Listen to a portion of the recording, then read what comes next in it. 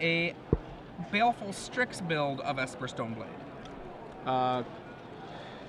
Before these guys get going, I did want to mention Uberlight Addison on Twitter asked about elf combo and whether we think the meta is good for elves. I think meta is always, well, almost always reasonable for elves. I think elves is a deck that attacks from kind of a strange angle where people don't typically come totally prepared for elves. Yeah. So I think elves is definitely a viable deck. And almost.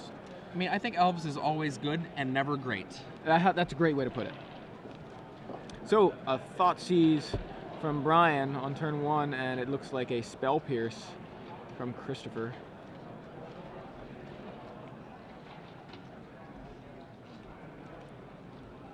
While we're on the topic also of storylines, if you're going to read one Magic storyline, one Magic book, Brothers War.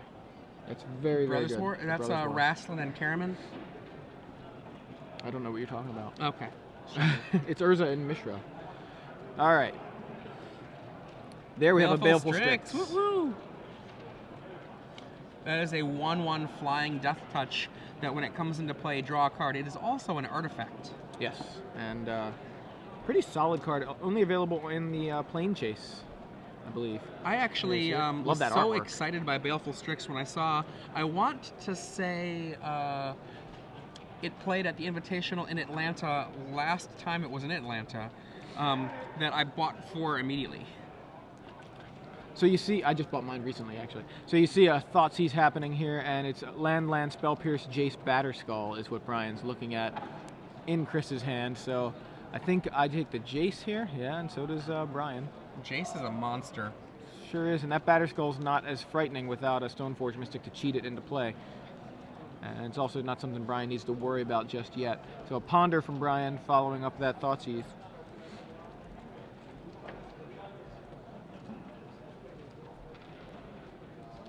And I see, I can't really see.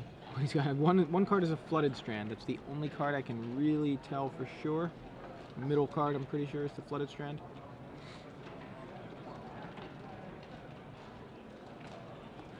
He appears to be keeping it, yep. Draws a card. I think that it may have been Dark Confidant off the top. And Baleful Strix into the red zone. Chris Calderon. Team lands in front. That's right. Go, Chris. Woo woo! So if you play with lands in front based on the old rules, you also take mana burn. I just want to make sure everybody's aware of it. That's not how the rules work. I want somebody to start playing like lands to the left and like creatures to the right. I've seen it. That. Inquisition of Kozilek. That was actually the only time I've ever thought someone's play space was weird. And so Inquisition resolves, takes the only valid target, and that is Spell Pierce, leaving Chris with just Batterskull and 2 lands. Polluted Delta from Brian, and he cracks it immediately. Chris says I'm going to crack mine immediately as well. Chris Calderon, wow. Current Rhode Island State champ. Information there from our on-the-scene reporter, Ruben Bressler. Man on the streets. That's right.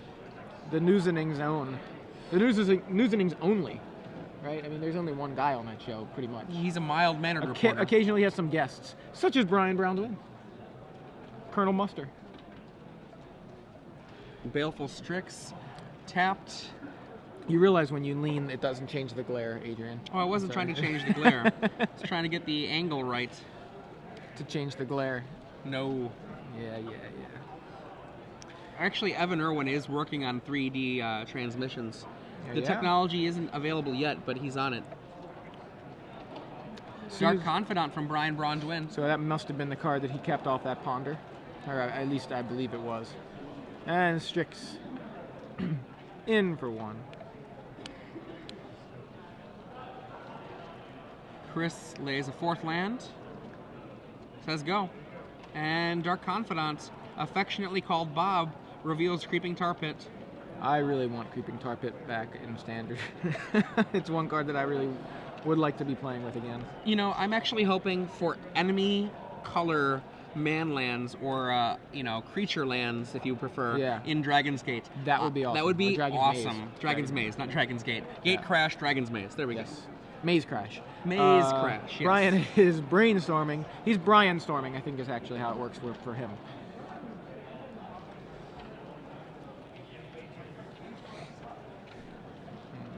And I believe he just... That was a Deathrite Shaman? Did that look like that to you? I could not see. I see Wasteland, Brainstorm, Flooded Strand. I think 2 Mystic, Stoneforge Mystics, and I can't make up the rest. So, finishes resolving his Brian-storm. And he shifts one of his Stoneforge Mystics to the front. I think he's contemplating dropping it into play. In with Bob, the Dark Confidant. Hey, boss. Lays a Wasteland. Stoneforge Mystic, leaving Wasteland open. It works. He gets to shuffle away those cards he put back. Yeah, that's one of the other things. Just makes Brainstorm so good. Is all of the shuffle effects in Legacy. You have fetch lands, that's the most common, but you also have cards like Stoneforge Mystic and other tutors that can really make use of Brainstorm, where you draw 3 cards and then put a couple of bad ones back, shuffle them away, and get a fresh top of the library. Enlightened Tutor is a card you see doing that as well in decks like Miracles, where you get to shuffle and, well, you have to choose the top card of your library, but... Braun-Duin uses the Wasteland after the resolution of the Stoneforge Mystic. He sees himself as being ahead on the board, and he just wants to suppress Chris's access to mana. Even though Chris has more lands in hand, and I believe he knows that, he just wants to keep Chris down a little bit. Dark Confidant says... Another land. He is being very good to Brian. Draws I think, in fact, they may have been the exact 2 cards he put back with Brainstorm. I think he put back Deathrite and land, if not Flooded Strand itself. Didn't get a great look, but he just drew Flooded Strand, land. I'm sorry, Flooded Strand, Deathrite Shaman, I'm pretty sure. He's going to play Creeping Tar Pit, which of course comes into play tapped, and he plays Deathrite Shaman off of the Swamp. I believe that is still on the stack at the moment. Yep, resolves. Brian passes, 2 mana up, representing the use of that Stoneforge Mystic. There you see a Marsh Flats from Chris. Chris's hand is Brainstorm, and 2 more cards I can't quite see. Here's an end of turn activation of the Stoneforge Mystic, and Batterskull very likely to hit the board momentarily. There's a Brainstorm in response. So Chris draws 3. Finds another Brainstorm, I believe 2 more lands, and he's quickly decided to put 2 lands back. His hand, I think, is Vendilion Click, and Vendilion Click on the stack here. And this is one of the cooler interactions, where you have a Vendilion Click and respond to a Stoneforge Mystic activation to take away the Batterskull. And Brian, off the top, finds another Stoneforge Mystic, but does lose his Batterskull in the process. So, nice little bit of disruption there from Chris, and you can see the power of a card like Vendilion Click when used at the right time.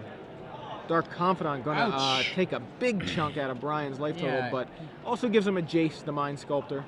So, not all bad. I think that was a second Deathrite Shaman off the top. And Brian wishes they were in the other order. Oh, it may have been Inquisition that looked kind of like a Deathrite Shaman. They have a similar look to them in the artwork. Inquisition to check Chris Calderon's hand. And we know Chris has Brainstorm. So Chris is going to fetch. And I think he's just going to Brainstorm in response here. Potentially kind of protect. Or I think he wants to get a fresh few top of the cards. Or top of the library. Yeah, it's Batterskull Brainstorm is his hand. So he's going to Brainstorm here. He's going to draw 3, and he's going to put back cards that he wants to protect from that Inquisition. Not quite sure what they were, but he can keep the Batterskull in hand unless he wants it to. Or he can just keep 2 lands and have the Inquisition miss. Here's the funny thing with that. Chris knows there's a Jace in Brian's hand. Yeah. So, what will we see happen next? Is it going to be Umezawa's Jite put into play? Does he have one? No, is it just a Mystic, Brainstorm, Jace, okay, getting the Mystic to fetch up the lost equipment from the Vendilion Clique from earlier. Batterskull's right there at the bottom. It was clicked down. He goes with Jite though. A lot of 1 toughness over there. He knows Chris's hand. He knows he can resolve Jite here if he wants to. Another great use of Vendilion Clique is just to check to see if they have a way to counter your important spell. Just like Brian kind of just used Inquisition that way. What did Chris Calderon protect? He lays one of the Tundra that we already know about. Not sure what the top of the library was. Oh, it was another equipment. Oh, what is that? Sword of Fire and Ice. Ouch. That's a good one. Now see, Chris's equipment actually has to resolve. Brian is able to just plop his Jite down using the unsummoning sick Stoneforge Mystic. So Brian does have that advantage as well. He is going to do something different though. He does not want that equipment on the table. He does not want that equipment on one of those creatures. Does not look like he'll be able to stop it though. So Brainstorm finds Batterskull. I didn't see what else, but Batterskull was definitely I believe I saw Batterskull and then a single mana discard spell.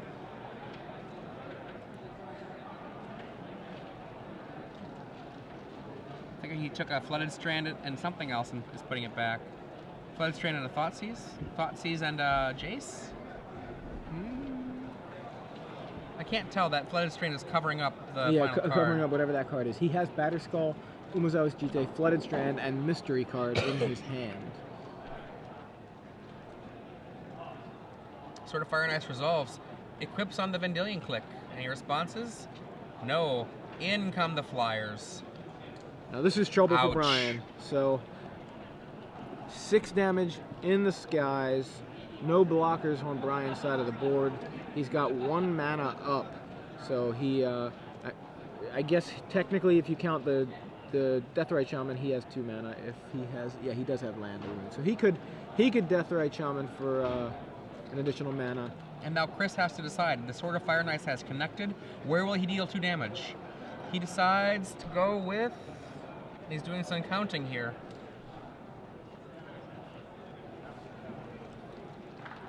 But 2 damage can go to anything. It can go to Braun-Duin's head. Yeah. It can go to one of Brian's creatures. And it looks like he decides to go to the head. The other element, the blue element of Sword of Fire and Ice, is draw a card, and he does that. Braun-Duin then fetches with his Polluted Delta. Getting a land, he'll be able to use the Deathrite Shaman to get a 2nd mana, and I believe we're going to see a Batterskull come into play. Yeah, Batterskull or Umezawa's Jite, he can go with either one. As you mentioned, originally he searched up the Jite because there were a lot of 1 toughness guys on the other side. Now, just the Baleful Strix, because the Vendilion Clique is holding a sword that's beefing up its toughness. So it is a 5/3. Although I still wouldn't count Jite out of the equation here.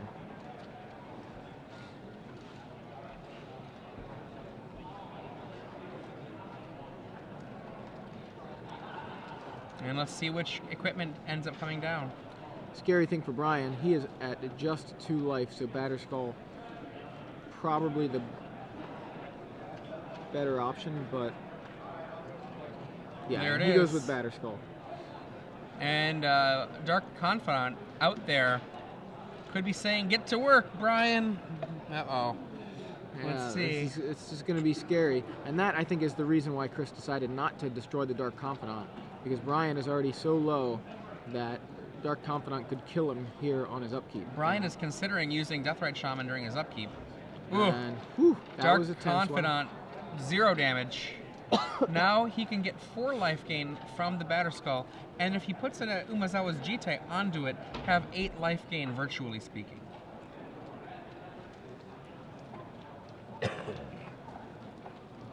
A tense little dance here. Another reason why it made sense to go with the Batterskull there over the Jite is that the Batterskull has pseudo haste there by doing that. You vial it in, and now it's not summoning sick anymore. Whereas if he had gone with the Jite there and went with the Batterskull this turn, even if he had vialed it in, it still has Summoning Sickness, so, or the Germ would still have Summoning Sickness.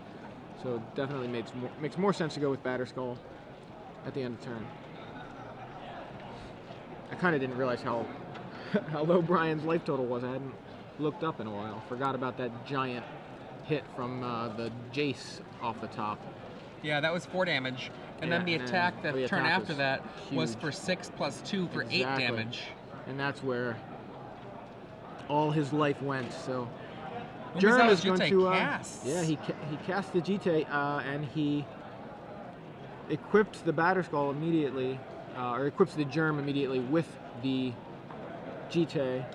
Everybody attacks. Yeah, and that is why he went with the cast Jite, because that's 1 more damage from Stoneforge Mystic that otherwise would not have been attacking had it been vialed in. That's 4, 5, 6, 7, 8 damage. Knocks Chris down to 7. He has Deathrite Shaman to gain 2. He just gained 4 from Batterskull, putting him back up to 6, and he can gain 4 at will.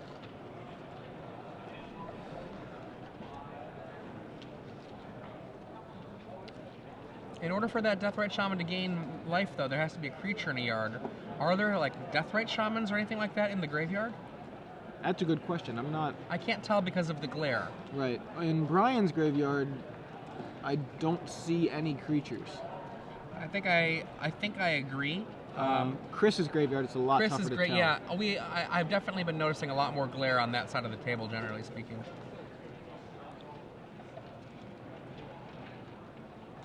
And we see a attack here. This is going to be for, we get -1, so this, there we go. Yeah. The Baleful Strix dead, now the Deathrite Shaman can eat it. It's going to be a hit there, though, for 5 damage in the air, and then 2 bonus damage that gets to go anywhere. We see Braun-Duin immediately eat the Strix to go up to 8 life, so that the hit from a Vendilion Click plus the Sword of Fire and Ice, if it's directed at his face, will drop him to 1. If although it's directed at his virtual face. 3, because he doesn't have 1 Jite counter left. And that appears to be what's happening here. He draws his card.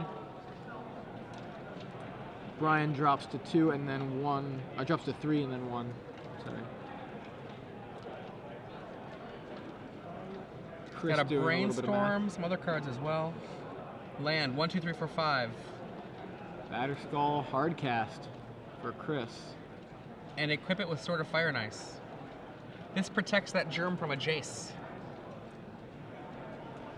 Maybe we can actually get a token on there instead of a die, but we'll see. May not matter for very long. Braun-Duin decides he does not want to risk it. He kills his own Bob with the Umezawa's Jite token. Nice play by Brian. And it turns out it would have likely killed him. I couldn't see, but it looked like a spell. Oh, if it was any spell that had a cast, may have been another Bob. Anyway, if it was any spell that has a casting cost of, well, at least of 3, he would have been dead. For those of you who are just joining us, I'm Adrian Sullivan here with Joey Pasco. This is the first game of this Esper v Esper match. You can see Braun-Duin with that Jace, so the Chris Calderon's play of equipping Sword of Fire and Ice has neatly protected that Germ and keeps him, I believe, still alive this turn. Swords to Plowshares off the top. Oh, is there Brian swords? Is going to end the game. There's a swords in the top 3. He just brainstormed. He is likely not putting swords back. Chris Calderon with no misdirections in his list to save the day. So we're going to see what happens here. There's a land tapped, and there's a Swords to Plowshares on your Germ. Well, that is going to gain Chris Calderon 6 life. It is. But he's still in rough shape here, I think. For 6 damage. There goes the 6 life. Chris Calderon back to 7. Jace might just bounce that Vendilion Click to make it sick. Umezawa's Jite obviously is there, so never mind. Umezawa's Jite takes care of the Vendilion Click. And Braun-Duin might have pulled this game back. Wow, some amazing play there. Well, just basically seeing the options that you have as far as how you can use those GT counters. And I think Chris is just flooded. And I mean, now I see he has like 3 spells in his hand, but he's have to put 2 cards back. Yeah, still. he can put 2 lands back. His hand Swords, Mystic, Snapcaster. Looks like it could be exactly that. I'm not sure about the Mystic and Snapcaster as much. I'm more sure about the Snapcaster than the Mystic, but I think you're right. I think it's just Swords, Mystic, Snapcaster. He does have 2 fetch lands as well, and he puts those back. So you're right, it was Swords, Mystic, Snapcaster. And there it is, Stoneforge Mystic, going forth to fetch an Umezawa's Jite perhaps, but I think it's already gone. His looking at his list, the cards he has are Sword of Fire and Ice and Batterskull. Those are the only main deck equipment. His sideboard has Umezawa's Jite, yeah, he's not but his main deck that. does not. He's got both of his equipment in play already.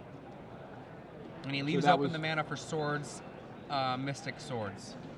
And he gives a shuffle effect, essentially, out of that Stoneforge Mystic. So he brainstormed and then had a shuffle effect. Deathrite Shaman could nix any fun plans. Brian cracks a Flooded Strand, fetches and shuffles.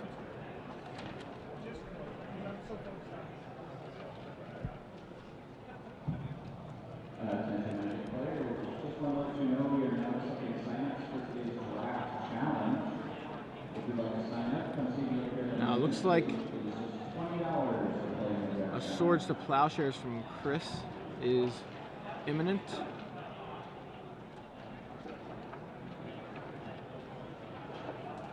He doesn't want Brian to gain a ton of life, but at the same time, he does not want that germ to hit him again. Yeah, that makes more counters for the Umezawa's Jite.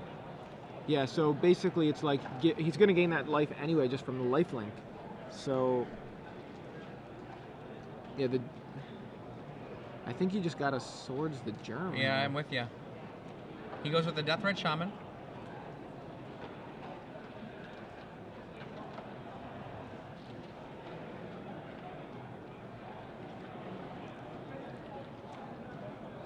And Brian Braun-Duin is like, do I get to connect here? Yeah, can I untap? Oh, that's actually, pardon me. That was all end of turn. Chris's turn, yeah. Okay, yeah. So this is fine then, because Brian Braun-Duin gets to untap, and Chris can do this later. The Deathrite Shaman out of the way means that he can Snapcaster with impunity, as long as the Snapcaster resolves. Jace might have something to say about that. Get out of here, Jace Stoneforge. Bounces the Stoneforge Mystic, and I think... Umezawa's Jite moves. Yeah. Very clever of Brian Braun-Duin. All of the eggy eggs not in one basket. So if Brian attacks here, Chris flashes in Snapcaster. Even if it resolves, Jeet can take out the Snapcaster, but the Snapcaster will likely flash back Swords to Plowshares on likely the Germ. I'm just trying to figure out there's some different scenarios here.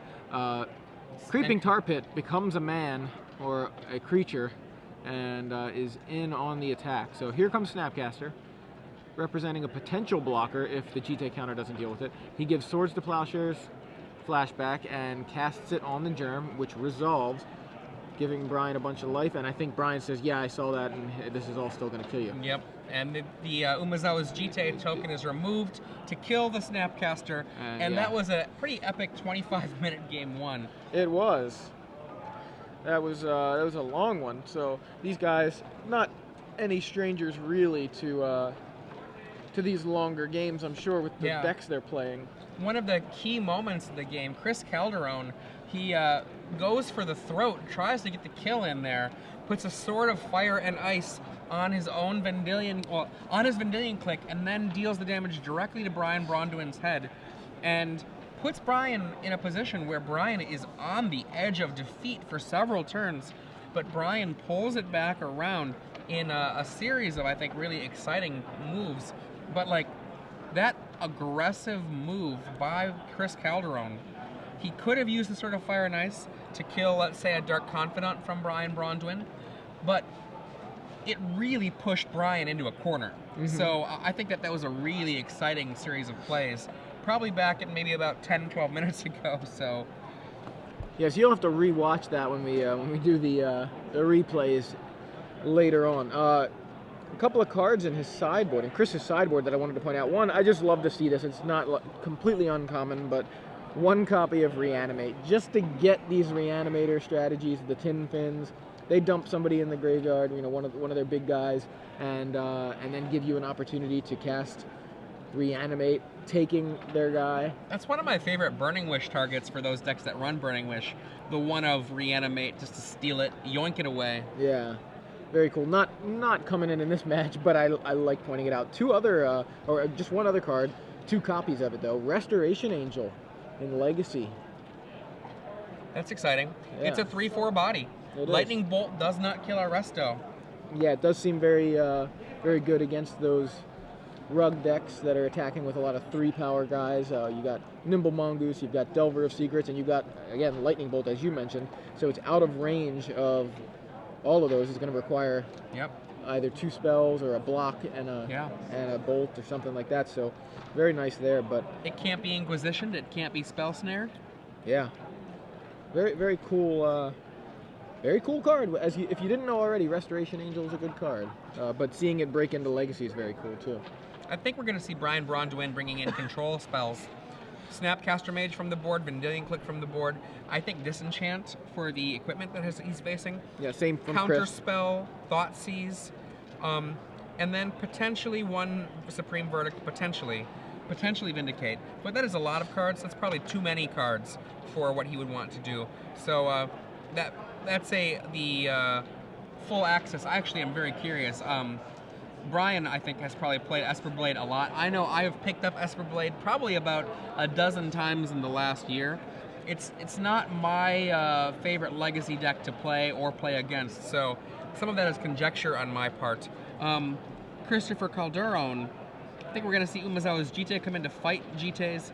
Engineered Explosives, I expect to see definitely come in. Disenchant, I also expect.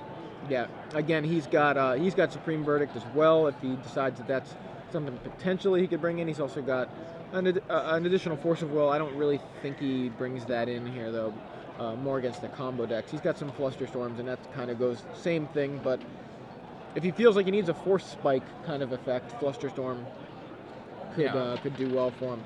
But, Force of Will is a very strange card in these matchups. You don't want to cast Force of Will because the attrition really hurts. Right. At the same time, mana, you are bound by mana, and there are often moments where a Force of Will can stop a key play. Usually the thing I've seen happen in these matchups is that the decks that have access to Force of Will, if they don't have a very aggressive discard package, will keep 1 or 2 Force of Wills in there just to have in the mix in the deck, but not having 4 Force of Wills because it's just too much pain to your to the question of card advantage. Yeah, Chris main decks 3 and sideboards 1, so you could potentially see him going with your plan and maybe siding 1 out, but keeping 2 still in. If you're just joining us, I'm Joey Pasco, joined in the booth by Adrian Sullivan, coming to you guys live from Washington, D.C., where we are in round 4 of the StarCityGames.com Legacy Open, and Brian Braun-Duin up a game with his, well, it's Esper Blade with Deathrite Shaman. If we can think of a better thing to call it than 4-color Blade, we will, although we might not change it on screen. Chris's more classic Esper Blade, although a couple of little wrinkles. He's got Baleful Strix in there. You don't see that all the time in Esper Blade. It's a cool one. Deathrite Shaman from Brian Braun-Duin, and a Ponder on his second turn here.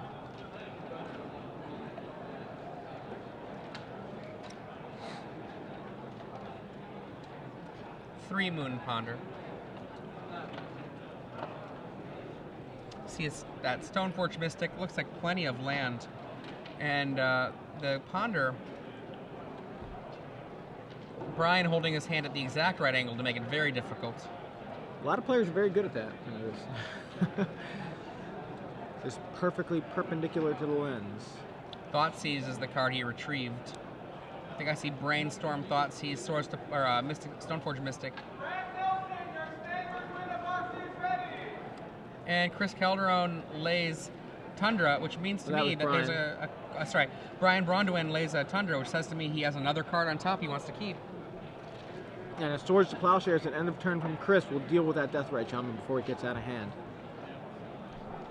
Marsh Flats from Chris, immediately cracked.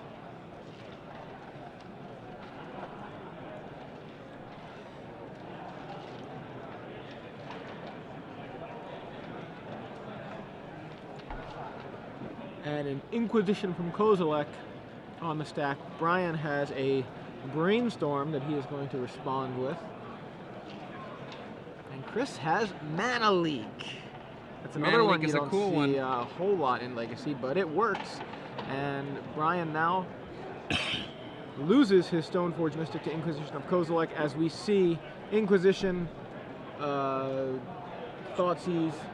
and a couple of lands. Brian top decks Jace and casts a Thoughtseize of his own, sees Sword of Fire and Ice, Brainstorm, and Snapcaster Mage. It's an interesting call.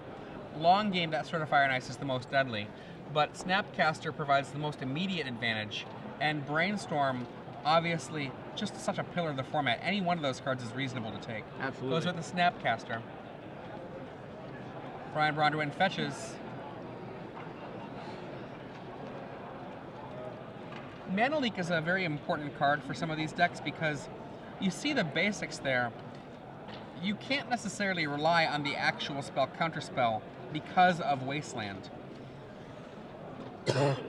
Yeah, Patrick Chapin and I got in this discussion back in Denver at the SCG Open Series in Denver back in 2011, where we were talking about the pitfalls of using a card like Mana Leak versus Counterspell or Counterspell versus Mana Leak. It's one of those same things where you can have your choice of Counterspell or Mana Leak. Most people want to go with Counterspell, but sometimes you just can't cast a Counterspell.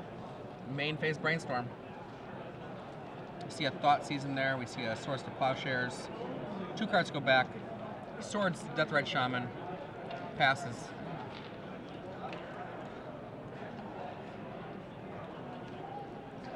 Top decks a second copy of Jace the Mind Sculptor, immediately going to crack his Flooded Strand. And Brian's going to cast a Jace the Mind Sculptor. Now, whether he's going to resolve it, that is the question. Spell Pierce or no, Chris Calderon.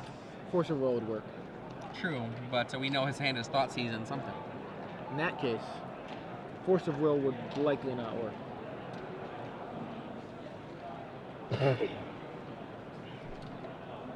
Jace. Jace it works apparently. And Brainstorms finds Jite, Wasteland, Brainstorm. Right here, Chris needs to top deck something basically immediately. One of the problems with facing down Jace in Legacy, it ends games.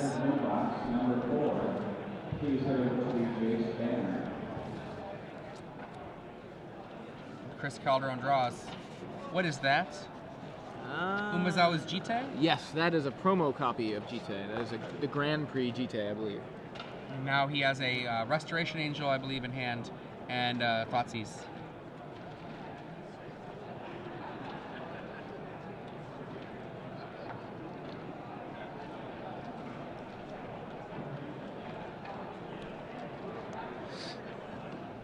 Wasteland on the Underground Sea from Brian. And Brian is just going to bury Chris in cards. There's a Stoneforge Mystic. Chris now choked on mana, has Thoughtseize Restoration Angel. So he did bring those in here. I can't fault him necessarily for it. It's just not the matchup I thought it was for. Well, I mean, it does... Still does stuff. It's a 3/4 body, as you mentioned. And it can kill a Jace. Yeah. It can jump in the way and kill a creature that wasn't expecting it. It's certainly a versatile card. There's a Batterskull now in Brian's hand after being tutored up by a Stoneforge Mystic. Brian passes his turn. Chris untaps his 2 lands. Draws, I believe that was Sword of Fire. Yep, nice. It was.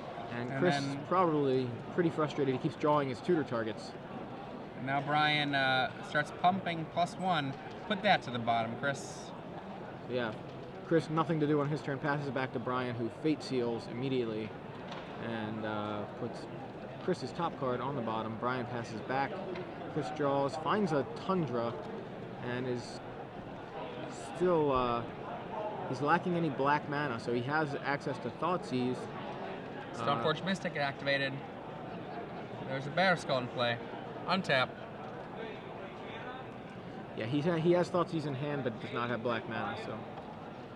On Brian's side now has Jace, who is brainstorming for him, alongside a Germ token holding a Batter Skull and a Stoneforge Mystic. So, a couple of win conditions on the table for Brian.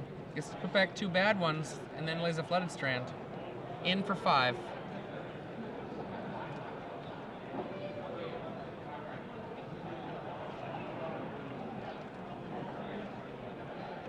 Chris now draws his card for the turn, plays Sword of Fire and Ice. And that is sort of underwhelming without a guy. And we're going to see a hand check. Vendilion Click. What you got? Show me.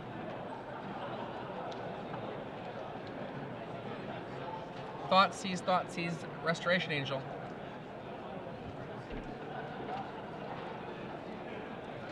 Angel no longer a surprise for Brian. He can decide to let him keep it or just play around it. Or let him keep it and just play around it, or he can get rid of it with the click. I think he says bottom the Angel. So Fetches with his Flooded Strand. All of this at the end of turn.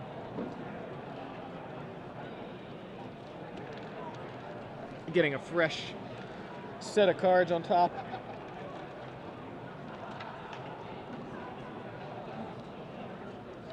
He's going to be able to smash in for 8 here, knocking Chris to 6.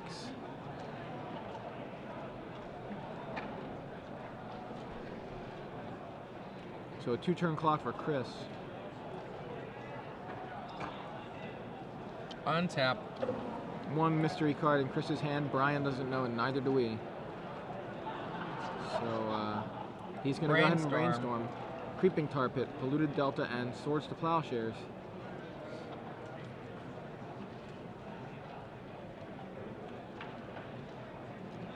He just put back the 2 lands, I think. Tar Pit and Polluted Delta. And in for a little bit more this time, in for 8. Knocks Chris to 6, and he's got to play. Looks like Dark Confidant, so